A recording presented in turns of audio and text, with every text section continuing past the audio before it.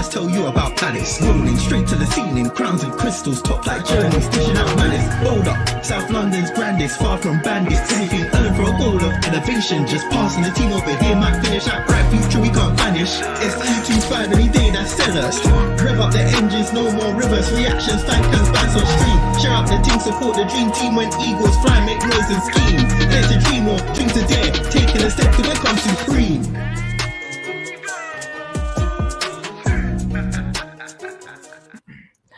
Yes, guys, welcome back to Eagle-Eyed Football, and welcome back to your usually scheduled programming, which is usual because we have technical difficulties. So I apologize for making it hard for you guys to watch because we've had to create a whole new stream. Because with the software we use, if you mistype the title, don't go back and change it because it won't work again. Yeah, it's a bit weird. But this is the first ever. We're making history today. It's the first ever TACT-EAGLE for a European game ever. Whoosh! For Crystal Palace. Whoosh! Dan, how are you doing, and how did this whole stream and this whole everything make you feel? Well, the stream went a bit funny because I thought the title was just literally just a typo, so I changed it, and then yeah, I don't know, it went very weird. It just disappeared and everything, but I'm glad that we're doing this. And you know what? Let's just say I'm very optimistic for Thursday, and yeah, and I was excited to do this TACT-EAGLE because obviously if we hadn't done this, we would have done Nottingham Forest TACT-EAGLE, and we've done their TACT-EAGLE what, about 4, 5, 6 times now. We spoke about Nuno at Forest, we spoke about Nuno at Spurs, and we spoke about Nuno at Wolves. So I think we've done enough Nuno at the moment. Yeah, exactly. Just in case. Exactly. But yeah, how are you doing? Yeah, I'm good. I would say the same thing. I don't know whether I say I'm confident because, you know, like Crystal Palace, anything can happen. But just to experience a European night at Selhurst is crazy. Mm-hmm. And just going on Twitter, if you type in just Crystal Palace away, and then you just hit on Twitter how you can look at the latest tweets. There's like loads of Norwegian Donnies saying, "Oh, Crystal Palace away, here we go." Blah blah blah. I'm thinking this is so crazy to me that people are getting on a plane to come to. Yeah. When some Arsenal fans who live around the corner say it's too hard to get here, and these guys are getting on a plane and everything. You think this is crazy business. I'm really looking forward to it. I really am. No, for sure. And I think I'm excited for Thursday as well. I know it's not sold very well for various reasons, but I'm just excited to see Palace play a European game. To be honest, it's just I know it's maybe not the one we wanted, but I'm starting to get there where I'm forgetting about what's happened over the summer, and I'm just like, you know what, I'm just up for this. And 100%. Like obviously. It's not the decision's not what we wanted. Nothing's really gone our way. Our transfer business has been stifled by the whole situation. But at the end of the day, yes, it's not the competition we want, but it's still Europe. I'm still gonna support the team all the way through, and it's an experience whether you like it or not. Even if it's not the competition we want, it's still the best competition we've ever played in, or the highest ranking competition we've ever played in. Absolutely. And also, I think if you said at the beginning of the last season you'd be in the Conference League at the end of next season, you'd have bitten your hand off, wouldn't you? Oh, especially when we were 13 games with one win. Yeah. I mean, I've gone on record many times on this channel, and I've said, like last season, the season before, and before we even got Europe this season, I said, listen, Europe of any degree is amazing. The only reason why there was such uproar is because we qualified for that competition and we actually played in that one because of some nonsense. That's the only reason why we were all upset. But if we went straight into Conference League, everyone would be gassed. And to be fair, I've come to terms with it, and someone on Twitter said it. If you're going to win them all, you might as well start at the bottom. So, Conference, Europa, and then the Champions League. And also, like, I think I guess this is to do with tactics, so I guess this is relevant. But I do think, like, let's say, like, the end of the window does go relatively well. Like, Ebbs goes, we get Canus, we get someone else, and blah blah, and we manage to flesh it out a little bit. We get some wine. I get some wine. I think it would give us a good opportunity to actually get used to Europe first. Because let's be real, like we are one of the favourites to win this tournament. In my opinion, there's 2 teams in the tournament currently still who I would fear. Translate that to the Europa League. If we're in the Europa League, I don't think you fear a lot more teams in that competition. So this is an opportunity for another bit of silverware. Could you argue that the pressure's maybe on a bit? Not too. I feel like this team under Glasner doesn't really feel pressure in the way that we used to. Like when we used to have our old managers like Roy and those that preceded him, and we would always do well against the big teams when there was no pressure. And then if we play a bad team and we needed to win, we would kind of crumble sometimes. Yeah. And I think. Yeah, and also another good thing with the the Conference League as well is that luckily the AFCON doesn't clash with the Conference League. I'm not sure whether it does with the Europa League, but it doesn't clash with the Conference League. So that might give us a little bit of respite as well, which is nice. Mm-hmm. I mean, there's a part in my notes here that I was going to say right at the end, but I think. Because we're already talking about playing in Europe and how it being different, I think it's quite good to say it now, really. Obviously, it's our first time in Europe, and even though the teams, as Dan said, like Fredrikstad, for example, they've not got the quality of players that we do, but European football is a completely different beast. There's different gamesmanship. It's like cup games, but slightly different. Yeah. It's not like a league. Like, even though the European thing's in a league format, it still doesn't play like it. It's still completely different. There's gamesmanship. There's different ways of getting decisions from the ref. There's different ways of manipulating the rules to your we already know in the Prem. You can manipulate the refs very easily, but in Europe you'd expect the refereeing to be a little bit to a higher degree and things to be a little bit like cynical, like fouls. You have to be a little bit more clever when you do it, instead of in the Premier just drag someone down and the ref's too scared to book you. So there's a lot of gamesmanship and a lot more thought that goes into the European games. And to be fair, I think that we should still go into that and try and play our own game, because it worked for us to win the FA Cup, to beat Man City, who were seeded number 4 in UEFA rankings, and Liverpool, who are 5 in UEFA rankings in the Community Shield. So playing our way does work, but I think Spurs a few years ago got knocked out by someone like Fredrikstad. Like, I think it was a Danish team, and they got knocked out of the Conference League. So we can't go in underestimating anyone, even if these guys look, all steamrolled and blah blah blah. Nah, they could turn us over. We've never done it in Europe. We're so inexperienced that anything can happen. And I don't want us to go easy. I want Glasner to do what he normally does and go full strength no matter what. Yeah, no, I agree. I think as well, if you go full strength in the first game, I know it's a difficult game on Sunday, but then I feel like you get that. I feel like you go in. Well, I guess that we can talk about that in a minute. I mean, we're going to talk about the starting 11 anyway, but I think, to be fair, I've pretty much given away what my starting 11 is. But with Villa and with City, didn't we play midweek and we played the exact same starting 11 as we did on the weekend? So, if anything, it could be a way to G up the players for the weekend game. Absolutely. Only issue is there is a flight involved. There is a lot more travel involved, so it won't be as seamless, but still. Anyway, let us go into some predicted 11s. I haven't done any practice, so I might have a Dan moment here. There's one. Nearly.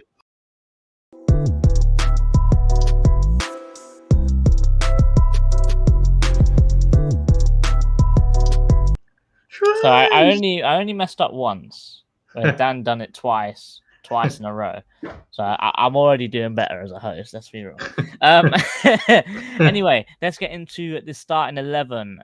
For me, I have gone with Henderson in goal, with Gay, Lacroix, Richards, with Mitchell, Munoz as the wingbacks, Hughes, Wharton in the middle, Ebbs, Mateta, and Sarr. That's what I've gone with because that's who currently is contracted to and currently plays at Crystal Palace. There is a lot of talk that Spurs want to get Eze done before he plays in this game, so he's not cup tied. And I think it's the same thing with Mark. So let's just say, as a possibility, if something happens, if Ebbs is gone and Mark is gone, I would expect us to play Sarr on the left, Esse on the right, and then probably Lerma in there. Dan, what do you think about the starting 11, and do you think that Ebbs and Mark will play? Obviously, that's subject to transfer activity. Yeah, I agree. I agree with all the 11s you put. The only thing I would say is I wonder whether he'll try Esse on the left rather than Sarr, perhaps. But in terms of Eze and Gay, I feel like the Eze deal's further along than the Gay one. I don't know that. It's just based on what I've seen on Twitter. I feel like Ebbs won't play, and I feel like Gay will play. That's my assumption. Mm-hmm. Obviously, with our injuries, I do think it's a little bit unfortunate. So our injuries, as it stands, is still Chadi Riyad, Chet Kore, Eddie Nketiah, Mateus França, Daichi Kamada is a maybe. He's got a 25% chance of him coming back, but he probably won't. And then Caleb Kapora is out until further notice. It's really unfortunate because the really easy thing to do in our situation, let's say if Eze did go, is França. And the unfortunate thing is he's played really well when he has played. He's just always injured. And he would have played in these games. Yeah. I think there's an argument as well that maybe Devaney could play there because obviously he came on against Chelsea and played there. Personally, I'd like to see Esse get a run. Mm-hmm. If Ebbs obviously isn't able to play. But for my own well-being, I'm going to put these guys back. All right. Because I think that, in my eyes, if nothing's official, if Ebbs isn't in a Spurs shirt or an Arsenal shirt or wherever he goes, and Mark's not in a Liverpool shirt, by the time that starting 11 comes out, I'm expecting those guys to play. Moving on to Fredrikstad, they play similar to us, but slightly different. So they play a 3-5-2 formation. Obviously, those two on the side are wing backs. So when they're defending, they'll drop to a back five, and then when they're attacking, my microphone's sliding away. Come back. When they're defending, they're a 5 back, but then when they're going forwards, these guys will push up as well. 2 strikers, which is something that teams don't play in the Premier League ever, really. A double front line will be something completely different to what we've played against for the last few years. So I think that'll be quite interesting to see how we'll deal with that. Looking at them, I don't believe league suspensions carry over to the Europa League. They have got a few suspensions to their players, but I don't think that carries over. Correct me if I'm wrong, please, Dan. Don't know. Oh yeah, I don't think they do, but I don't know. Well, if they did, it would be El Asuwu would be one of the suspended, and one of the guys on the bench. I think Kvile is one of the ones. Is it him? No. Woldsey, one of the centre backs. So 22 and 6 would be suspended if suspensions carried over, but I don't believe they do. They only have one injury, and that's to their 4th choice goalkeeper. So I don't think they've got any injuries whatsoever. Here's the fun part, Dan. I'm going to try and pronounce all of their names. So good luck. Get ready for eagle-eyed. I'm going to butcher everyone's names because this is what everyone's been waiting for. Okay, in goal, they've got Borheim. Left centre-back, they've got Woodsey. At central centre-back, I thought this was quite sick, actually. Fredrikstad and Fredriksen playing for them. I thought that was quite nice. S. Osuwu as the right centre-back. Mold E. Left wing-back. I think it's pronounced Mulder because I'm pretty sure that's they got a football team called Mulder. Okay. Metcalf. Yeah, he's Canadian apparently.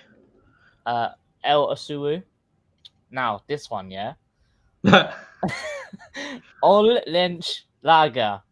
Yeah, nice. I can't do the thing, but I'm gonna pretend. Click, click, click, nice. click, click, click, and then Eid.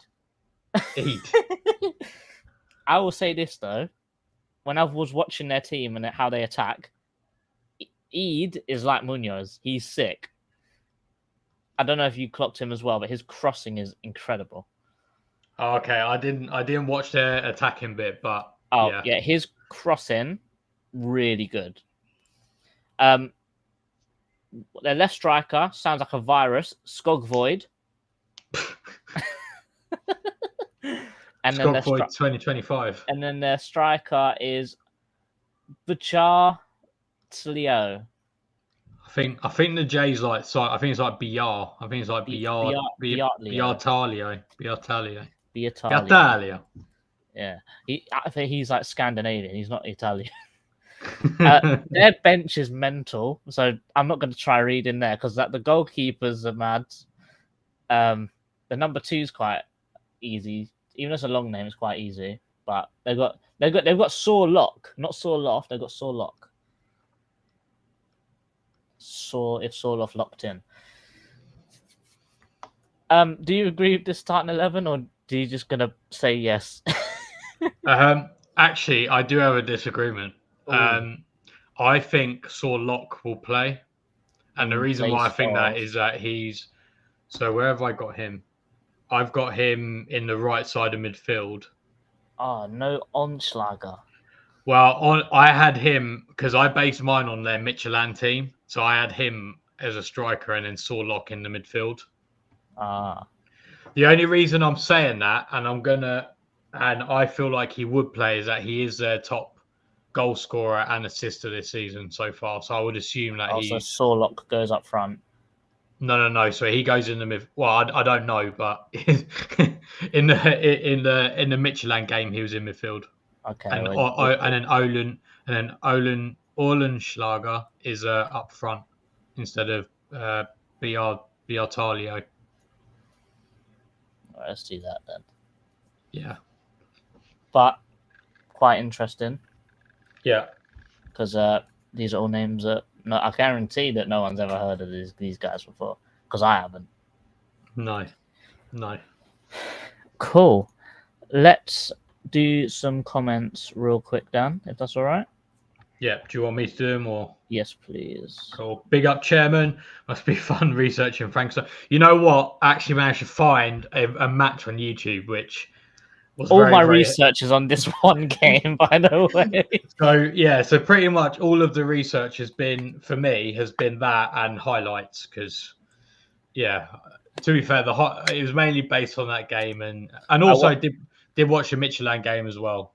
I watched that game and the highlights from the Stromgod set.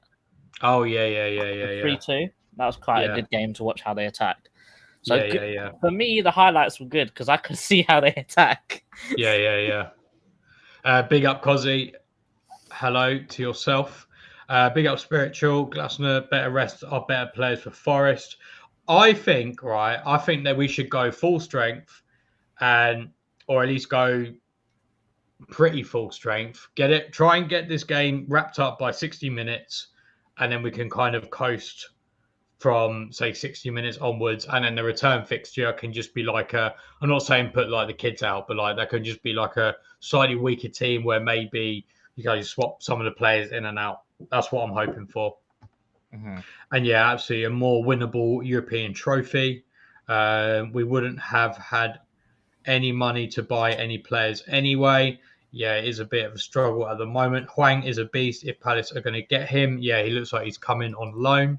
Bobby said that he's going to come in as a Edouard replacement, or whilst Nketiah is injured. So I'm not sure what's going on there because obviously he did play in the 10. So, but maybe he can play both, I suppose, can't he? So. He's left-footed, so he could play on the right. He could play up top. He played striker next to Cunha a little bit for Wolves. Mm. Yeah, for sure. For y'all who don't know, I am on holiday taking a break after my mental breakdown in football terms due to Malcolm leaving. So sorry for not tuning in recently, and I big up yourself, dog, and I hope that you are okay. I hope things are good in Blackpool. The odds looking good for us to win. The draw process isn't. They don't use balls. They just use a machine. They actually just use a computer. Yeah, so that could be rigged very easily. Wonder what the odds are on getting the most difficult draw possible, but we'll see about that. Durfers make a good joke. Hwang, he fix it? Yes, he can. Very good. I saw someone made that their FPL name, actually. That was quite... Really? That was quite a good one. Nice. I'm blind. Why are we bringing Hwang, who is small? I don't think he's that small. But apparently Glasner likes him. So if Glasner likes him, then... I know his work rate is really good. Yeah. Because he was... he had that little purple patch under O'Neill, I believe it was. Yeah. How tall is 177 centimeters in feet? Hey Siri, how tall is 177 centimeters in feet? That's about 5'10". 5'8", so he is quite short, actually. 5'8"? Yeah. That seems a bit... We take Thursday seriously. Yep, I totally agree. I want it over and done with as soon as we can. Then we can look to the league phase, to take it if it's a loan. Yeah, for sure. I agree, Spiritual. They do need rest, and that's why I want us just to go for it. First 60 minutes. Hopefully we can be a few goals up, coast that game, and then the return leg in Norway. You know, we can sort of like rotate some of the players who might need it. Another shirt to add to the club shop. Oh, which one is that, Monty? Do you think he suits a striker? Sosa has to start. I can see the logic to that, and that might be worth me mentioning when I talk about their defending. Let's just say that maybe an attacking fullback might get some joy. Don't think he's big enough. Agree on Sosa starting. Ebbs will play if Spurs don't sort the fee out. Yeah, we'll see what they come up with. I agree we have to take Thursday seriously. In addition, need to take our congestion seriously too. Yeah, totally agree. I've got copium because France is Brazilian. Yeah, no, definitely. It's definitely a lot of copium there. Hwang's not a striker. Yeah, he is more of a 10, but I think he can play there, and I think he has played there. Our first European TACT-EAGLE. Big up yourself, Alex. Thank you very much. To be fair with Hwang, when the second Nketiah is back, he won't be used. So it wouldn't surprise me if he's one of those guys where he can play up top, but he is mostly depth out wide. Mm-hmm. Yeah, definitely. And I think as well, just the thing is where we got this European campaign and we got a versatile player who can play across those three positions. I think it's sensible. And if Glasner likes him, then I don't really see how we can argue with that, really. And yes, absolutely, we'll be prioritising any European games that are on here. Philip, big up yourself, is asking who's Fredrik's dad. I don't know who Fredrik's dad is, but the name of the town was made by Fredrik, so maybe it's his dad. Yeah, well, Fredriksson plays for them, so. Didn't we have a sore lock playing for us? No, it was a sore lot. We are Still no goals, though. We are looking for a replacement fan for tomorrow. So if you're watching and you're a Fredrikstad fan, please make yourself be known. Thank you very much, NFFC 2000. Thank you very much, and we'll see you on Sunday. Yeah, remember, it's Mr. Marinakis. Our players are worth 456 million euros. Theirs are worth 14 million euros. Who do you want in the draw next Friday if we go through? Just anywhere. That'll be a good away day, I think. Really. All right, that's what I want. There's a lot of comments. There's going on a bit here, so we'll be chatting for the whole hour if we don't actually move on. Let's move on. Let's move on.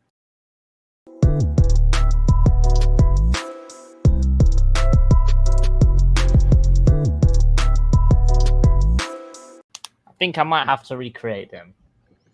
Same tune, but I think different. Yeah. Maybe. Okay. For the new season. Yeah. All right, so let me tell you some stats real quick.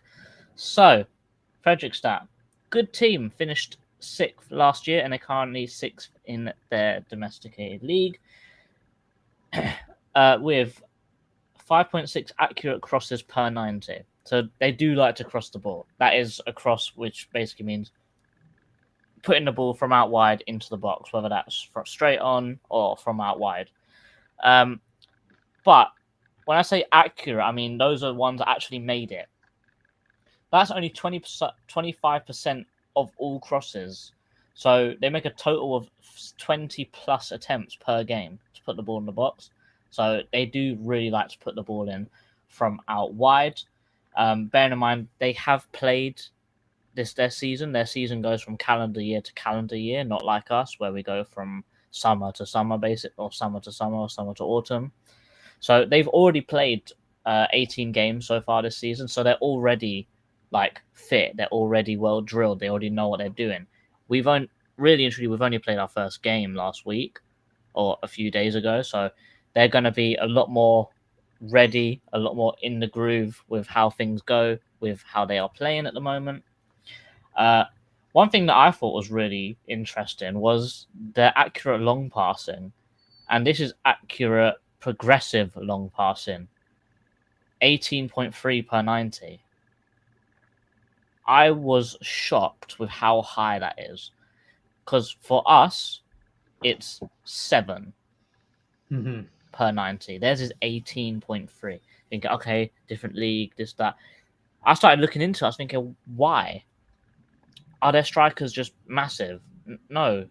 One of the strikers is 5'8", the other one's 6. Not that big, not physically demanding. What it is something that I briefly touched on with when I spoke to you, Dan.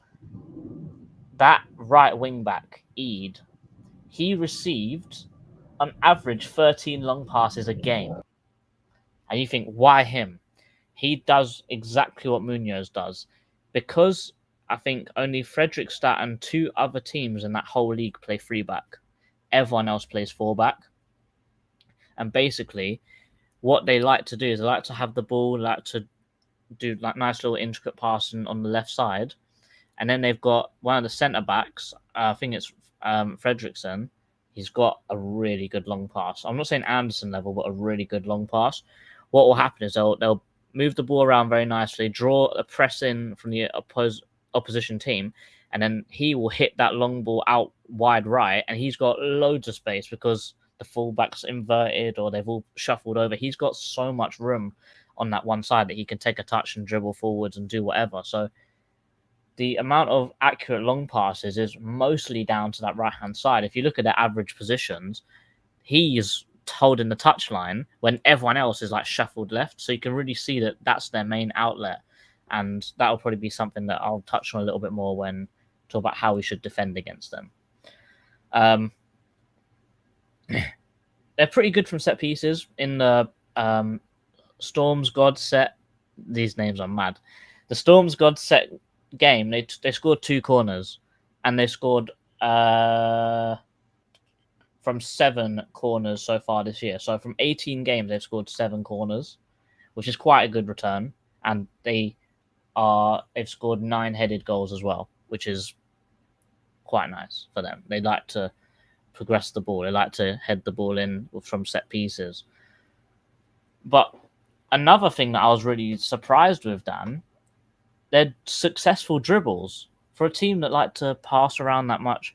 I was not expecting 6.5 per 90.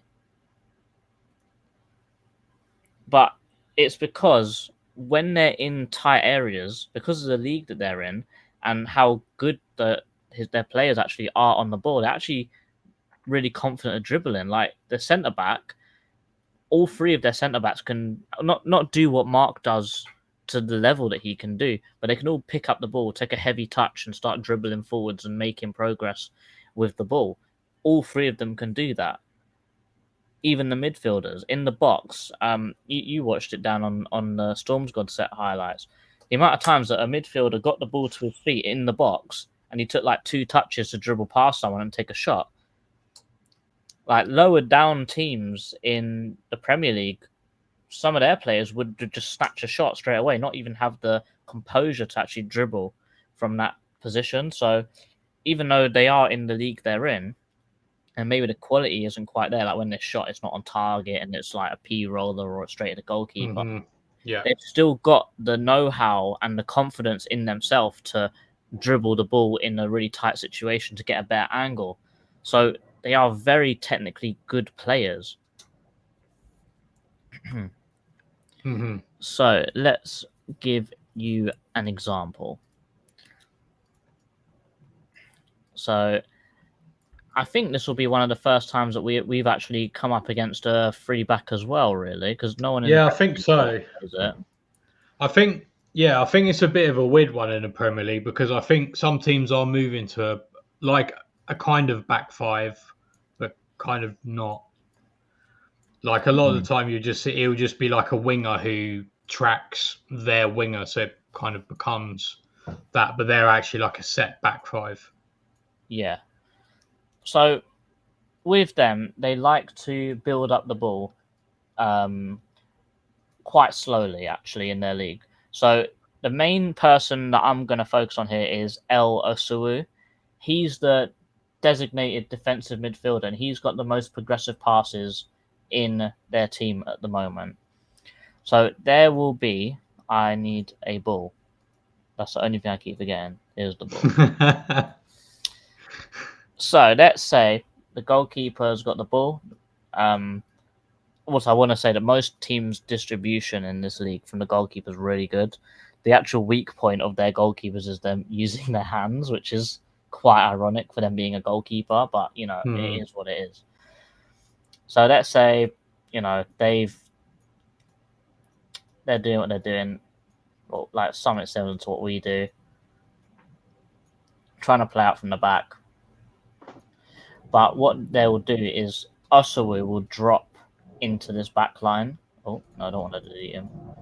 He'll drop into this back line, and the wing back from one side, whether it's Eid or Mulder, depending on what side it is, that wing back will then join the front line. So in a weird way, they're sort of set up in a 4-3-3, if you can see that. So you got your 3 up the top, you got your 3 here, and you got your 4 here. So they like to move around quite a lot to make themselves available, get possession, and move the other team out of their set positions. And the reason why they want to do it with the wing backs is because they play that 2-striker formation. If they can move one of the centre backs away, then the 2 strikers become, a lot more available as 1-on-1. Whereas if we're playing a 4-back, let's say, and the wing back's gone, if the centre back will get drawn out here, then you've got a 2v1. So that's where I think having a 3-back would help us in this situation, but it'll still make it difficult because these guys have still got to go 1-on-1 with their opponent. Mm-hmm. But the important thing is that with this Osawu is if the back line is, I don't know, let's say they're trying to build up the ball as they do, he will always be a part of this diamond. So no matter where they are on the pitch, he will be there. Obviously, it's not going to be a perfect diamond all the time, but if the play is happening in this corner, all of them will come up here like this. Obviously, he'll be up a bit, but there will always be an option of all 4 players here. They'll move around in a unit, and it's quite interesting because, like I said, everyone will move around, and their weapon of Fredrikstad looking for that pass out wide. Always looking for that pass out wide. So let's use it in the example of Eid. I want to know if his name's actually Eid or not, or if it's Eddie or whatever. Here. He will always be pressing that back line. All the time. And it's very important to deal with it. Let's just move our players around. So I know Dan's going to talk about it, but Dan, if we win the ball, who's free? What, there? Yeah, so I know this is a little bit more of your part, but how we can attack them. But let's say they're trying to work the ball out from here. Who are we looking at to counter-attack? Who are we looking to pass the ball to? Eze. So this is the outlier that I saw in their tactic. They leave, if they've got 3 forwards that are very central, they leave one of them free quite a lot. But this Usuwu, he's very good at picking up the ball and turning, like, almost Adam Wharton-esque. And the amount of times that he's just picked up the ball from a centre back and he's passed through the line completely. So you've got your 2 8s here, and then you've got your strikers here. The amount of times I've seen him pick up the ball here and just go straight here, and then you'll see these guys do a 1-2 in behind and then score. They're very quick when they go forwards, almost Aston Villa-esque, let's say. So that's something that happens very often. There's also the pass out wide as well. So these guys are very, like I said before, they're very technical. They're very good on the ball. So you will see a lot of movement, a lot of passing around, doing all this. But if we're tucked in and we're doing our job, we're making sure that they can't get out. That pass will come back to this guy, and he will look for that pass. That is the main pass of their whole game plan.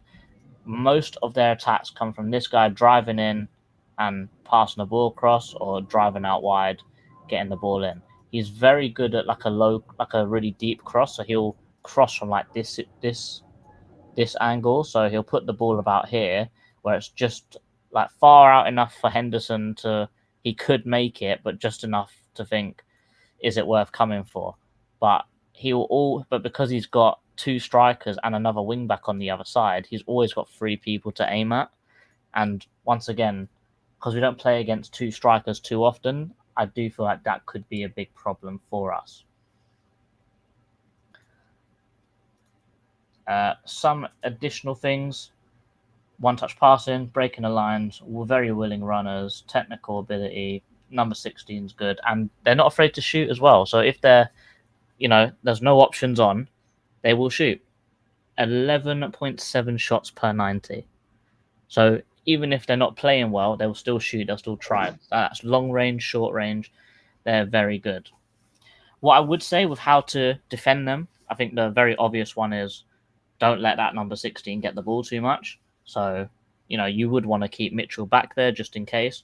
But I'll ask you a little bit more about that later, Dan, with how they attack so much down that right-hand side with your ideas about Sosa playing. But I think that Mitch will be the ideal one here, because obviously Mitchell's not amazing going forwards, let's say. So I do think that him prioritizing that guy, making sure that he, who is their main outlet, doesn't have too much time on the ball. I feel like you could then, because he's out of the game, well, that's in theory he's out of the game. In theory he's out of the game. That means you're going to force the other players to have to step up and do something a little bit out of their comfort zone. So having Mitchell there to defend that, and then just being Crystal Palace, I think Glasner will find a way how to stop them from playing out, be aggressive, be quick on them. because when I was watching the full 90, the pressing wasn't very intense. I don't know if you agreed with that when you watched the game that you sent me. I think they had. I think it depended on the circumstance. Mm-hmm. But yeah. But for me, the main takeaways is keep the number 16 quiet. Try and keep with your man because they've got 2 strikers. And if they do get down to the byline, there is an option of cutting back. And because they've got 5 midfielders, really, depending on where the wing backs are, they always commit 2 of the midfielders up because they've got 3 of them. So the Oscar will obviously stay back all the time. But when they crash the box, they're doing it with 5-6 players every time. So I think be very careful when running towards your own goal because they are very lethal on the counter attack. They've scored 11 of their 22 goals this season just from counter attacking. And like I said before, we do have the skill, we do have the quality, and we do have the physicality over these guys. But we need to be careful. It's European football. We've never played in it before, so we need to not let them play their game. We have to play our game. We have to do the business and hopefully get ourselves into that Conference League. Very nice. Anything I thought else or not really? Only thing to add really is that I feel like, and this will be a common theme of what I say in the next bit, but I feel like they're obviously very well drilled, and I think they're a good team. Yeah, they are a good team. I think just maybe the quality of player just doesn't quite match. Will be the deciding factor. Let's say. I mean, if you look at if you want to look at it that way, and people like to look at how much players are worth, you probably say the player that's worth the least amount of money on our team is probably Will Hughes, maybe. Yeah.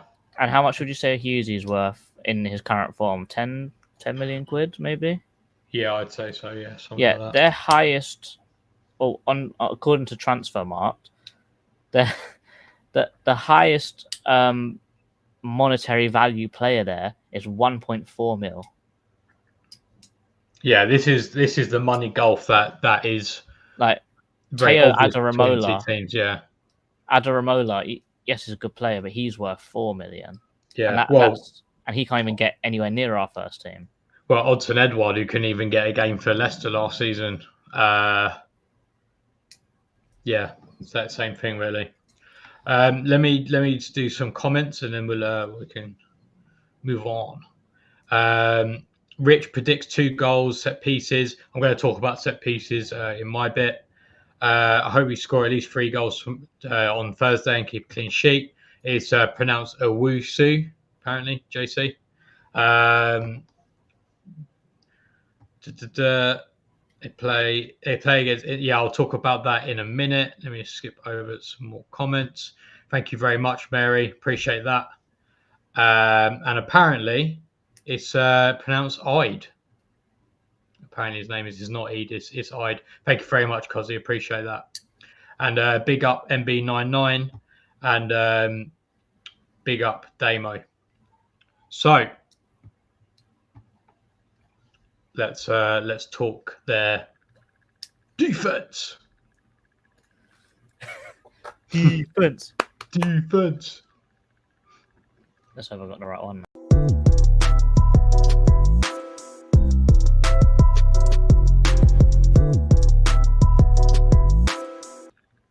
Nice. So, how do they defend? I've got some notes here. So I had to use FOTMob for my stats today because they don't have any in-depth ones on FBref. So they're actually in middle of the road for their expected goals against. I suppose that's unsurprising since they are mid-table at the moment in the Norwegian league. But let's start with their press. So they've got a bit of an interesting press, and I feel like their press is quite similar to ours. So what I mean by that is they only press high if they lose. Actually, not really, but like their press is pretty much a counter press. They've got a very decent counter press, so they will go man to man. No, so not on the counter press. On the counter press, they will. So let's say, I don't know, let's say we've won the ball over here like this. Let's say like all our players are over here. Let's say blah blah blah blah blah blah blah blah blah. So I can't use that. I can't use that tracker pad. So let's say they've lost the ball here. Wilkie's got it. They've got all these players around like this, etc., etc., etc. They've got all these players around here. They lose the ball. If our player wins the ball and is facing our goal, they will chase that down all the way back to the goalkeeper in an effort to then force the goalkeeper to then kick it long so then they can try and retain possession that way. If the player is receiving it this way, they will still try to close that space as quickly as they can. It's only when, let's say that we do manage to break, let's say over here, manage to find a pass over here, then that's when they will try to drop back into their shape. Okay. So they'll only press high if they feel like there is a way to get it back or to try and retain possession. If our player has got the ball, our goalkeeper's got the ball, and they want to try and press us high, they will go man for man. So let's say they'll go man for man. So this player will push up, these players will cover these players, two will push up here, blah blah blah, and then they'll look something like that. But as soon as that press is broken, they will, they'll try and drop into a mid-block sort of shape. Bear in mind, this is obviously against other Norwegian teams, so what they'll do against us may be slightly different. So they'll go into their shape. Now, their shape does differ ever so slightly as the game progresses. We'll use that twice. As the ball moves up the pitch. So it's not uncommon to see them in a slightly different shape than this one that they begin with. They might, for example, what you might see is that you might see actually it's more like a 3-2-5. And I think the reason for this is just to make diagonal balls just that much more difficult. Meanwhile, they still have this central area on lock. But if the ball is moved out over here, let's say, one of these forward players will drop and then they will try and fill in that free again. So it will look something like this. And again, they're just trying to close a space. They're just trying to make it difficult to get past and to try and stop any vertical or diagonal passes trying to go through them, basically. That's what they're trying to do. And if you do get over here, they will try and use the touchline as an extra defender. So they'll, let's say, close down, try and force a player here, and try and close this way here out. So then they'll either have to go back or they might lose the ball to a throw in to Fredrikstad. And they will and then as we go on, this will look more. And so I got everything here, shape maintain, blah, blah, blah. And yeah, this shape is always pretty much here. And they won't really engage the player. So they're going to stay on their feet. They're not going to engage the player until kind of about the halfway line. And even then, they're not going to go in. They're going to try and stand the man. And again, this is all in an effort just to make it difficult for this player to get past or to thread a pass through and stuff like that. That is their aim. If you do get a bit further, they will just drop into their low block, which is the 5-3-2, and again, it's the same thing really. They're just trying to block off this central area against the team. They're trying to force you out wide, so then they can try and get defensive advantages over you, and so on and so forth. Now, if and they'll do something similar. If they are then forced out wide, they will try to do something similar. So let's say Mitchell's there and he's getting some support here.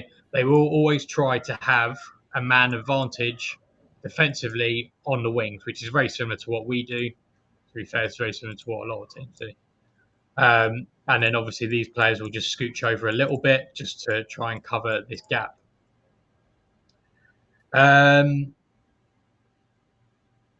And again, even in this place, they won't try to commit themselves. They won't dive in for a tackle. They will just try and stand you up again, just to make you difficult to beat. And like JC said, they're good on the counter attack. So this works all in tandem.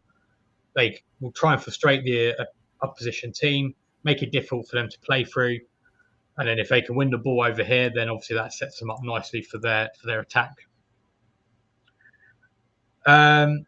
Now, let's say everyone has shifted over, and let's say someone does manage to get some space in between the lines here, and we do manage to thread a pass through.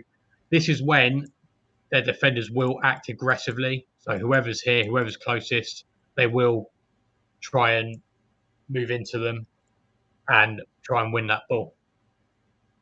Now, they do like to, wherever they can, they do like to man mark, but it's kind of like a hybrid marking system. So let's say we got the ball over here, and it's kind of like that mid block we were saying. Maybe this player's pushed up a little bit, and so on and so forth. Blah blah blah. They do like to try and man mark, but one thing I did notice was that this. So let's say we're on this side. We're not in the middle. Let's say we're on this side. They will scooch over. So let's say. So if we are on this side, they will commit more of their defenders on this side. Again, it's just because they're trying to make it more. They're just trying to make it more difficult for the opposition team. And realistically, if that out ball is there, and say whoever that defender is makes that pass out there, theoretically that then gives them time for them to scooch over again, and then so on and so forth. But again, very similar to what we do. So how can we try to get past them? I think there's a few ways, to be honest. And like I said, they are a well-drilled team, but I think because they are the players perhaps aren't of a higher caliber as our players, that's when it doesn't work out so much for them.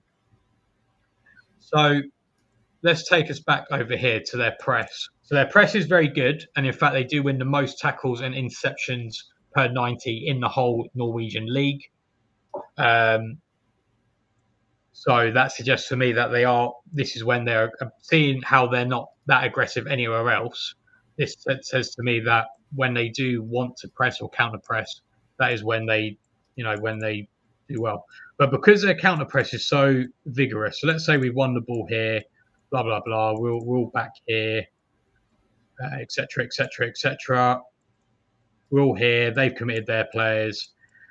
Because their counter press is so large, it means that they're going to commit a lot of players over to this area, or especially if this player's here, because they want to try and force that player back to the goalkeeper, and then get the goalkeeper to kick it long, so then they can retain the ball. Let's say we got the player here; they're going to commit these players here. So simply, if you bypass this press, you're effectively ending up with just these three players at the back. A simple pass through, whoever that is, and then they're in squeaky bum time. And this was something that I saw on many of the highlights. I feel like it was one of their weaknesses, susceptible to transitions because of this vigorous counter press. And if you do play through that press, I think that's it. I think trying to catch them in their low block is going to make it more difficult for us. Perhaps they will just sit in their low block, in which case, I feel like that'd be difficult. I feel like you're going to have to try and draw them out and then try and find gaps in behind. I think Spiritual's comment said that if they push out a bit, their wing backs would leave space in behind, and that is definitely true.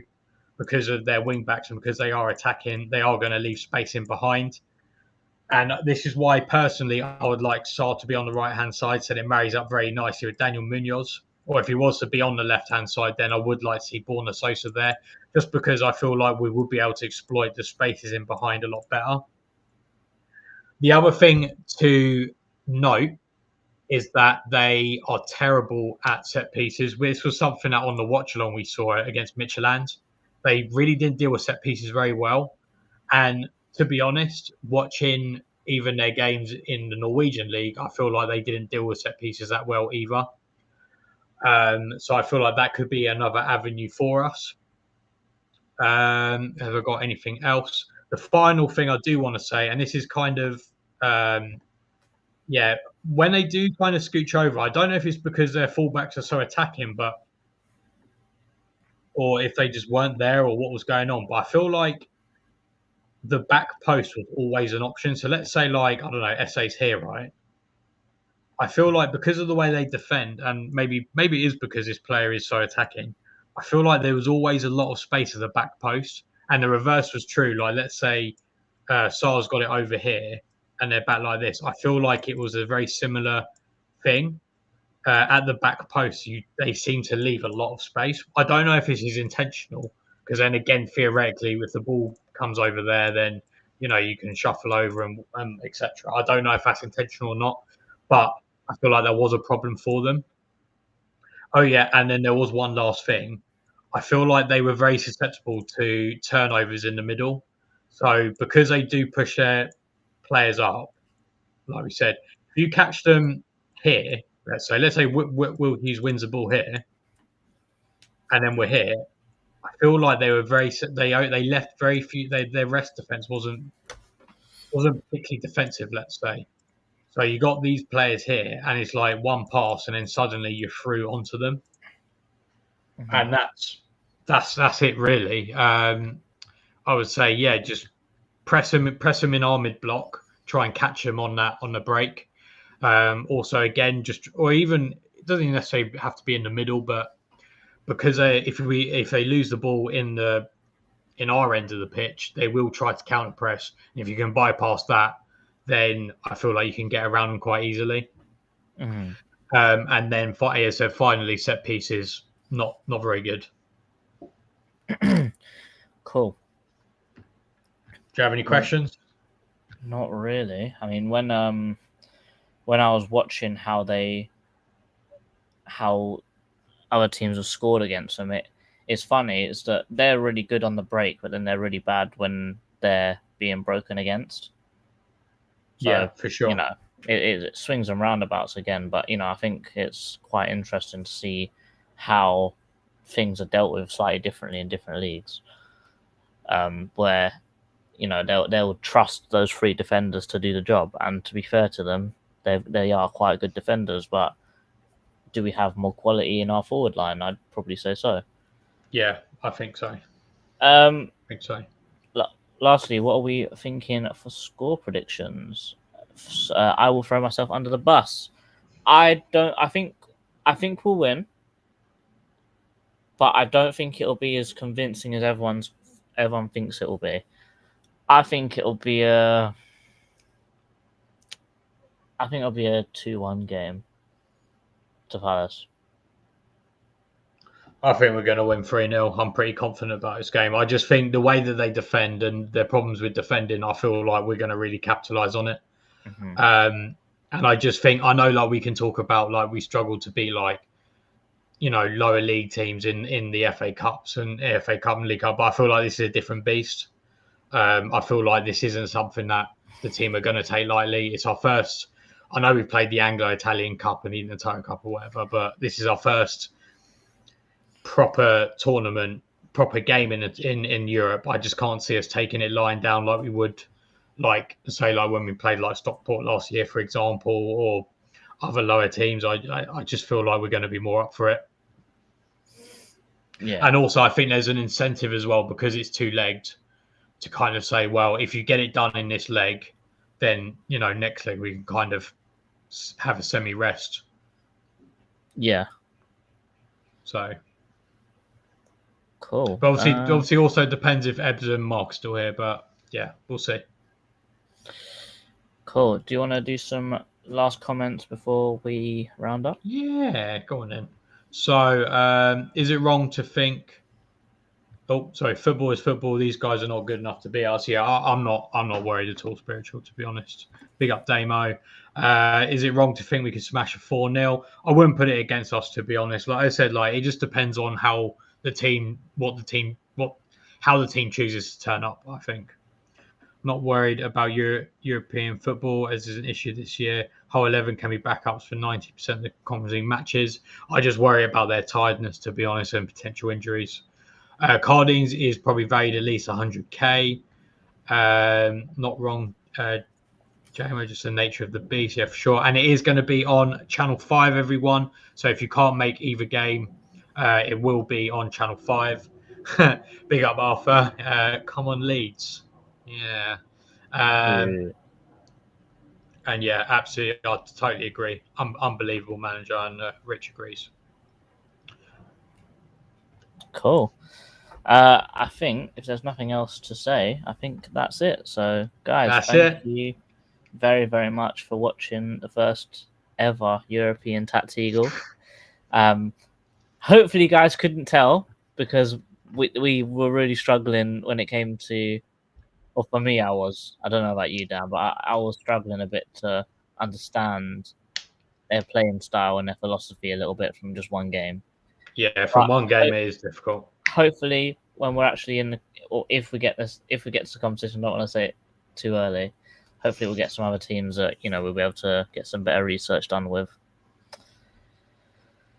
And yeah, guys, that is football PTSD right there. Can you tell? That is football PTSD right there. Can you tell I support Palace? Guys, thanks for watching. Big up, everyone. Up the Palace. Up the Palace. You guys. Yeah.